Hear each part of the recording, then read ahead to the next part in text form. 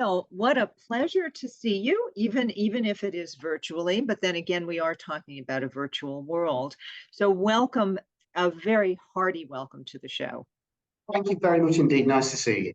Yes, wonderful, wonderful. Well, look, why don't we start at a very interesting beginning? Because as head of futures for Omnicom, you've talked about how the metaverse is both overhyped and underappreciated.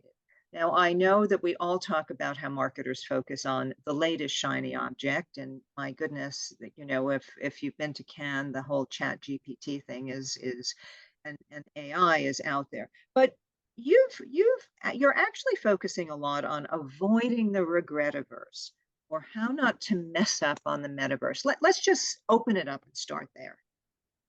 Yeah, so thank you. So we've written a report called Avoiding the Regretaverse, How Not to Mess Up in the Metaverse. And I think we did that for two reasons. First of all, we knew that the sphere was awash with some really overpowering hyperbole, and that was misdirecting ambition by some brands. And there was always the danger that I think that brands just kind of get caught up in the fervor. I mean, it's exciting technology. It's exciting to hear, about these developments. But one of the things we were acutely conscious of is, and I don't know if you've ever heard of the Gartner hype cycle, which is this idea that a technology is born and then it rapidly becomes the best thing since sliced bread as it moves up this kind of peak of inflated expectations before it drops down like a log flume into the trough of disillusionment. That we wanted to smooth out that curve, maybe less of a roller coaster, and say, let's see that we can bypass that hype and talk realistically about where the opportunity is in the metaverse. And there is a huge opportunity. However, at the same time, because certain aspects of the metaverse have not to come to fruition because they'd perhaps had an undue focus and were perhaps unrealistic, and we'll come on to talk about the specificities of those elements in a minute, I think that now people are lining up to pour cold water on it and tear down what they once lauded. And I think that is also equally the wrong thing to do. I think there's a real danger that we are throwing the baby out with the bathwater, and there is still a huge opportunity in the metaverse, providing it's framed correctly. And we'll come on to talk about how I think that if you include gaming within that sphere, and there's a good argument as to why you should consider gaming as part of the metaverse, that's 3 billion people right there. That's 40% of all people on Earth gaming, from all the way through every age group and every demographic. And if we start to think of it like that and reframe as gaming as the on-ramp for the metaverse, and we perhaps pay less attention to this sort of narrow VR-focused version of the metaverse, you still see just the most ridiculously vast opportunity. And as I said, I think there is, Mark Twain says this quote, or I'm going to mangle this terribly, but it's something like, a cat that sits on a hot stove lid won't sit on a hot stove lid ever again, but it also won't sit on a cold one. In other words, you're drawing the wrong lesson from failure. You're throwing the baby out with the bathwater. In other metaphors, you're taking the wrong lesson from the wrong part of the failings of this platform. And so that's what we wanted to address. It's still massive and it ain't over. That was the genesis of this. Well, it's interesting that you say that, because you focus on one word, and that's reality. When you talk about moving from hype to disillusionment. So focusing at the moment on reality. Let's start with, and I know this might seem almost simplistic, but let's start with a definition. I know that in your report, you've talked about it as a dimensionalized internet, swallowing all other advertising formats inside it, and access to desktop, console, mobile, AR, VR. So, okay, let's just start. So define it. Yeah, so I mean, the way that we like to think about the metaverse, and perhaps a more helpful definition, is to think about it being the offspring of two digital parents, or two technological parents, the first one being the internet and the second one being gaming. I mean, the internet obviously came to fruition in the 1990s and brought that idea of network digitized life. And computer games have been around since the late 70s, but really hit their stride in the 90s. But the thing that was interesting about computer games is that they dimensionalized experience. And what I mean by that is most media runs left to right or up and down. on the X and Y axis, but for the first time when gaming came to fruition, you could go into the experience. There was a depth to experience. There was a Z coordinate to it. And that meant that you could be something else, a character, and you could traverse in 3 dimensions. Even though that was represented on a 2D screen, you could now move in 3 dimensions. And when you add that dimensionality to the connectivity and network nature of the internet, what you get now, what we think the metaverse is a dimensionalized internet. And if you think about it like that, that is a much more broader definition that clues you into a much broader sense of where the opportunities lie, rather than the more narrow iteration, which I think the majority of commentary is focused on. And that's how we want to sort of reframe the debate. Let's explore the whole gaming issue a little further, and then I have some other just specific questions about how to jump in. But it sounds like you're saying that gaming is, as you mentioned before, is the on-ramp. Now, do you think that every brand has the ability to gamify what they're doing, or does it lend itself to some brands more than others? It may lend itself to some brands more than others, but it depends on the way that you decide to advertise within games. So for instance, it is possible now just to stick, and I'm not advocating this because it's perhaps a slightly more rudimentary approach, but in the way that any brand would buy a banner on any website of any shape or size for any demographic, you can do the same for gaming. So in other words, you can extend your banners into your Scrabbles and your Sudokus, or into your Call of Duties or whatever. So in that regard, yes, gaming is a canvas like any other. That doesn't mean to say that every game is right for every brand, in the same way as every TV show is not right for every brand and every website is not right for every brand. But at the end of the day, advertising on television and advertising on the internet should be right at some level for every brand, if that makes sense. It's to treat gaming and the metaverse like a mediaverse in itself. That is the approach that we would encourage our brands to take. So it's just another form of media. That's exactly what it is. That's exactly what it is. And that's what we try to get away from when people say, I'm not sure that my audience are gamers. Don't ask if your audience are gamers, ask where your audience are gaming. Because as we've said, it's got parity between male and female. It's got every demographic from from 5+ all the way through to pensioners are on there. And every kind of game is conceivably available, from things which are perhaps more traditional all the way through to things which are barely considered gaming, perhaps by traditional standards. Now, what about, we've heard so much about things like, NFTs and esports and so on. Is that just, another element of it, and that, marketers should just think, okay, this is a medium and let's not get bogged down in a lot of other things, or, or should they consider these issues as well? Yeah. Well, I think that's an interesting point, because that's an example of something that genuinely is not right for every brand. The idea of I suppose, virtual goods is something which I think is an area which it's quite difficult to get right. There was a lot of hype over NFTs. And again, in the way that the conversation around VR and NFTs seem to be synonymous with the metaverse, that unfortunately sent the conversation in the wrong direction, in my view. It's like confusing I suppose the Isle of Wight for all of Europe, or to put that into context for your American views, like thinking Rhode Island is all of America. Is a way of thinking about it, and it's not. So yes, NFTs and virtual goods are right for some brands, but there are vanishingly few opportunities for brands to do it right. I mean, obviously Nike made a really good job of it. We have a brand here called Cupra, which is sort of a subset of VW Group, that did a brilliant put their own car inside a game called Forza. But then again, there are other opportunities, things like the WWE, the Wrestling Federation, issued a load of NFTs with John Cena, and it was a complete catastrophe. Nobody bought them whatsoever. This is WWE, where you would think that the audience will be built in, but as at his own admission, nobody bought it. Nobody bought into this idea of digital collectible WWE memorabilia. So it's very, very difficult to get right, and there is an perfect example of what isn't right for every brand. In fact, it's only right for very few brands in this circumstance. Well, I think you raise an interesting issue, because so often with so many things that marketers have to watch, they hear about some of these things like NFT, and they associated NFTs, and they associate it with the metaverse, and then they think, oh my goodness, that's either too complicated or it's failed or so on, and then they forget that the metaverse might still have some opportunities because they've associated something like that with it, and Mm, everything seems to go through an evolutionary process today, and that evolution though is just at light speed.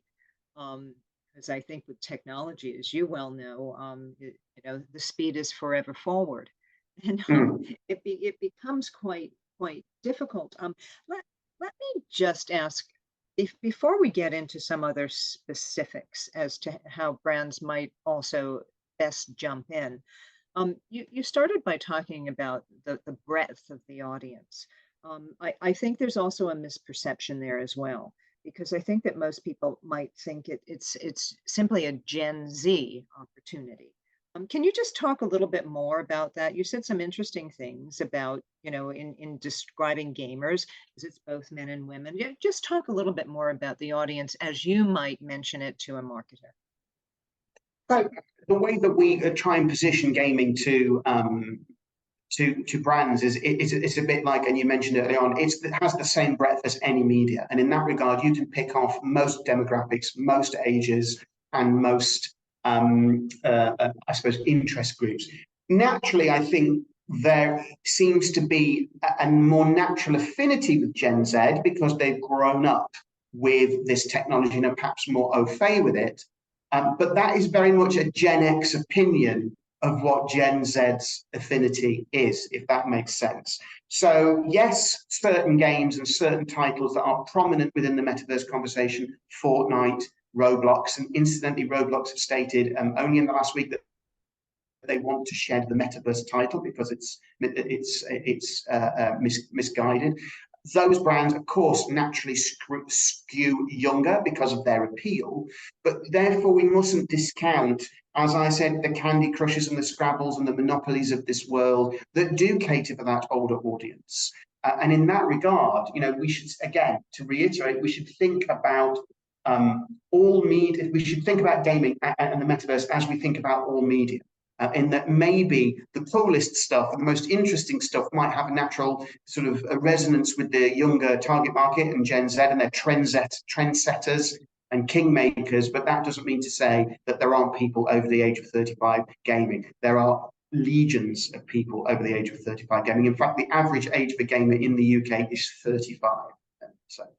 Oh no, that is quite interesting. Do you mind talking just for a minute about your opinion of that Roblox decision, or of any other news that we've been hearing regarding Meta or the metaverse?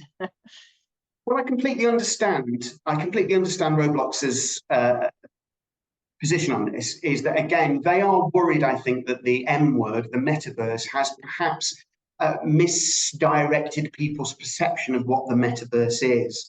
And I think Mark Zuckerberg's desire to reflect the interest in the metaverse in the name of his very company by changing it to Meta has perhaps drawn attention to one particular iteration of the metaverse, which is his vision for the metaverse, which is very much an interior VR-led world. Nothing wrong with that, but again, we mustn't mistake the part for the whole. We mustn't mistake the leaf for the branch for the tree, and the tree for the forest. And I think what Roblox are doing is effectively saying, yes, there is the metaverse. Yes, there is that version of it as spearheaded by Mark Zuckerberg with this particular technological iteration. We're over here, but we want to make sure that people understand our offering is distinct from that, in that it is indeed a dimensionalized game where people traverse in 3 dimensions, but perhaps they want to distance themselves from people misunderstanding exactly the way that you access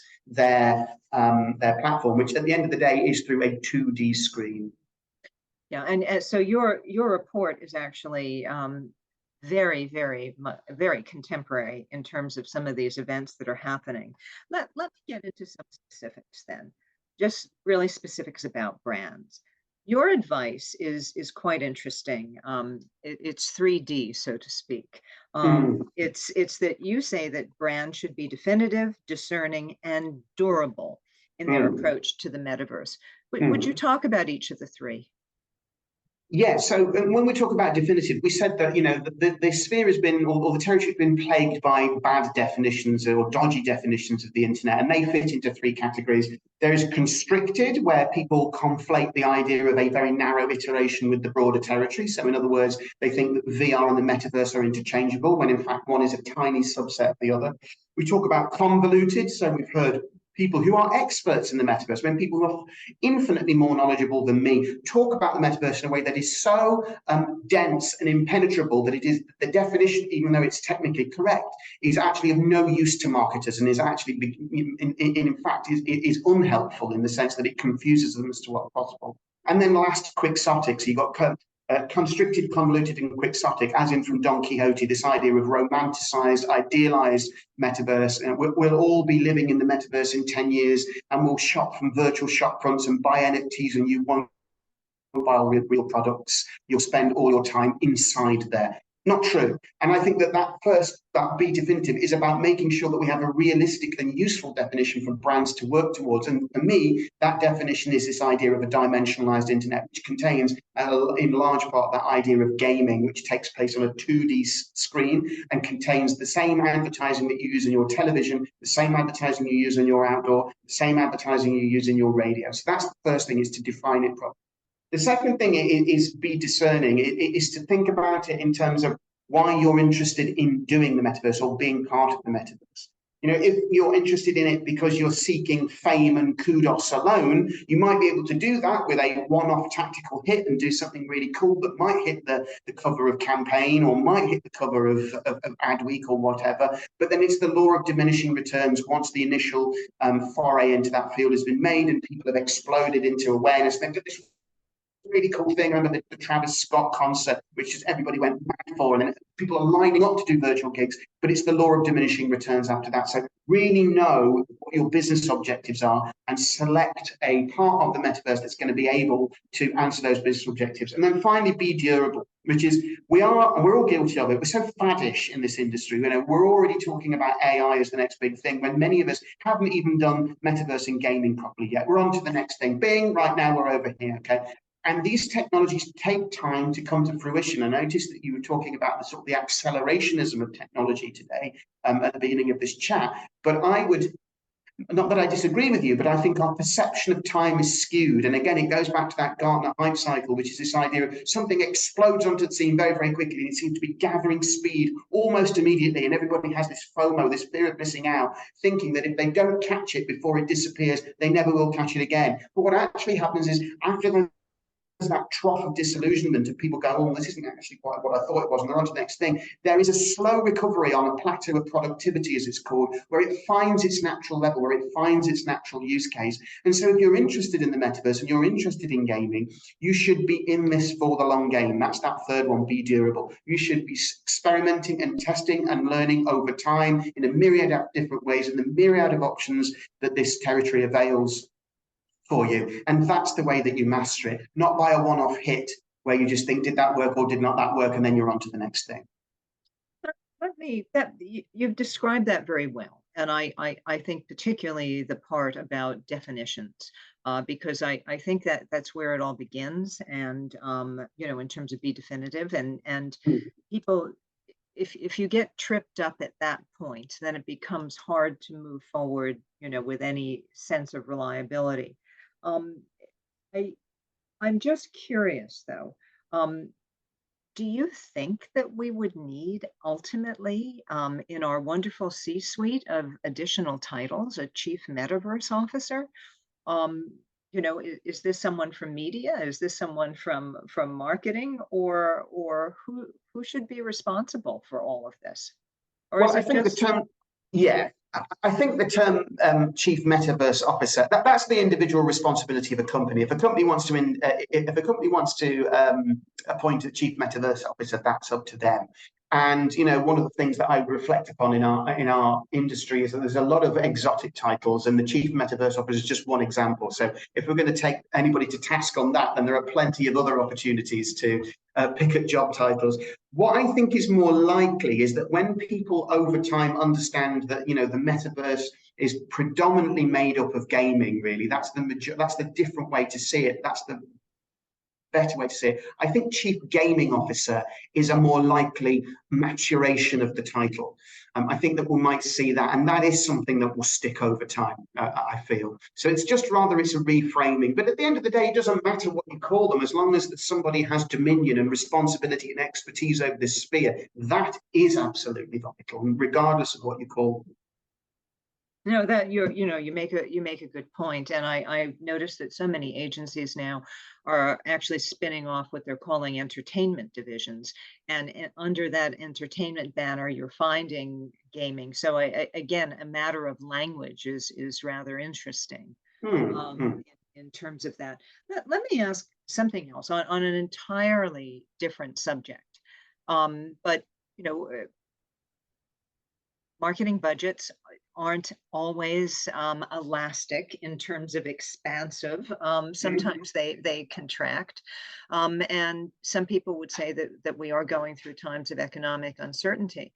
Would you say that the metaverse represents a more cost-effective way to experiment? I'm just curious if economic uncertainty will actually push things forward. Again, it depends on what you're doing within the metaverse. Is it cost effective to go and build a virtual shop front in a store, in a zone in Fortnite? Probably not. But is it economically viable to experiment by building native banners within games, as you would buy native banners on a website with any internet experience? It's no more disproportionately more expensive than buying banners anywhere else, and so you can test and learn with that with abandon. It's really like saying, is television something that you can do and during a downturn? Well, it depends on which TV. Are you doing a 30-second, a 15-second, a 60-second? Are you doing sponsorship? Are you doing product placement? It depends on what you're doing, and there are perfectly financial viable ways to test and learn with your advertising within gaming in the metaverse, and there are also equally ways to completely blow your cash on something totally profligate and expensive with no clear outcomes as well, and it's up to you where you want to be on that scale. Now, speaking of outcomes, so to a related question to that, how would you recommend that people dip their toe in the water, so to speak, and how would they measure it? Well, that depends again on what they were doing. I think that if you were just buying straight integrated and digital experiences, so by that we mean, like a digital outdoor poster within a game, or I know a company that will put your audio the ad that would run on a radio station or on Spotify, for instance, would play into the gaming soundtrack. You've got traditional media KPIs, and that's going to be like engagement, clicks or listens or time spent on site. When you get towards something that's perhaps a little bit more complicated, a little bit more complex, then I think you can probably have some kind of KPI which is native to the platform. But then when it's perhaps at this end of the scale, it's more experimental and it's more daring and progressive, you're also looking at additional KPIs in terms of, I suppose, the owned and earned you might get off the buzz that it's attempting to create. So, for instance, again, going back to that original Travis Scott Metaverse concert in Fortnite, whenever that was, goodness me, maybe 2 or 3 years ago, the earned media from that must have been absolutely mind-blowing. Up there with things like the Red Bull space jump and and all of these kind of massive PR stunts. There's those KPIs, but if you're just buying a straight banner inside a football game which fits on a perimeter board, then it's going to be standard media KPIs for you. Like the number of people that saw it. And what I would say is, in time, I think as technology develops, it's possible that gaming and metaverse style formats become the best measured media out of everything. We still, obviously, with outdoor, have a certain level of guesstimation about footfall that might pass a bus stop on Oxford Road in London, but when it's a digital one in a recreated environment, we actually probably do know exactly how many people walk past it because everything's digitized and tied to the code underneath. So I think that we'll get much better KPIs out of this style of media in future. Wow, that is something that I hadn't expected to hear. But you make a very compelling case. Anything else that you might like to add? I mean, you've said that it's easy to begin. You think of it like other media. You have to think in terms of definitions and durability and discerning about how your brand appears as you would with any other media. And you make the case that it could be economically feasible, and it also could be measurable. Um, Anything else you would like to add to that before I ask a final question? No, I think that's a good summary. Again, it's just about the definition, really. It's just not getting the word virtual confused with the word metaverse, and remembering that it's an incredibly broad territory with 3 billion players, it providing you define it. And you know what? Even if you don't think that gaming fits in the metaverse and you think those two things are separately, fine. Abandon your M word, forget that part of the metaverse, but you don't forget about all of this incredible opportunity over here that gaming affords. And I think we're in danger, as I said, of whilst we're denigrating one and saying one is over, the metaverse as they understand it is over, we're forgetting about this entire universe of opportunity that we may accidentally dismiss at the same time. Well, one of my final questions, because one is never sure if it will be the last, is as head of futures, I'm curious as to what you think is next. But it's made me wonder, in some ways, what is the next evolution of gaming, as well as what is next. Well, with regard to the evolution of gaming specifically, I'm loath to make a prediction on that, if I'm brutally honest, because I think that right now I think we could probably say the following things, but not with any degree of certainty. I think artificial intelligence will make games smarter. So characters within games or the underlying code within games will become much more sophisticated in terms of what is possible for the computer to do. Also, I think we'll move towards kind of a level of photorealism in certain games because of the increase in processing speed and increase in bandwidth, of which 5G might contribute as well. So I think that would also probably see, therefore, devices that we in our hands, our mobiles, get much more sophisticated as well. So the future is probably more people playing more often, but playing more sophisticated interactions over time. And I don't think that this isn't going to shrink. People aren't going to stop gaming, and gaming isn't going to go into reverse and get regressive in terms of the quality and the sophistication. It's all going to go on a curve like this, in my view. Interesting, interesting. Any other comments on as head of futures as to what we should look forward to?